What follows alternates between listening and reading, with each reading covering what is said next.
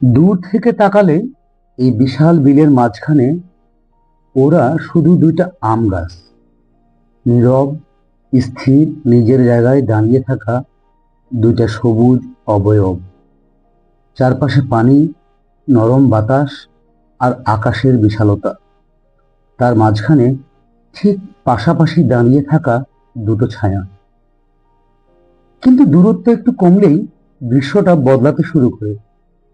তখন আর ওরা শুধু গাছ থাকে না, মনে হয় ওরা দুজন বন্ধু, এমন বন্ধু যারা কথা বলে না, তবু একে অপরকে ছেড়ে যায় না।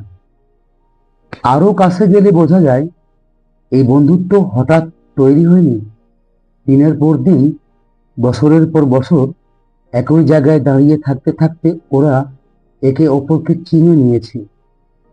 ঝড় এসেছে, ডালপালা কেঁপেছে, বৃষ্টি এসেছে, বিল ভরে গেছে পানিতে।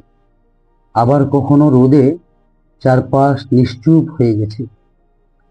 কেউ কারো হাত ধরেনি, তবু আলাদা হয়নি। কেউ কিছু বলেনি, তবু সব বোঝা হয়ে গেছে। এই বিশাল নীরবতার মাঝেই ওরা দাঁড়িয়ে আছে, দুই অতন্দ্র প্রহরী। কাউকে পাহারা দেওয়ার জন্য নয়, শুধু পাশে থাকার জন্য। নির্ভরতার মতো নিশ্চুপ উপস্থিতি হয়ে।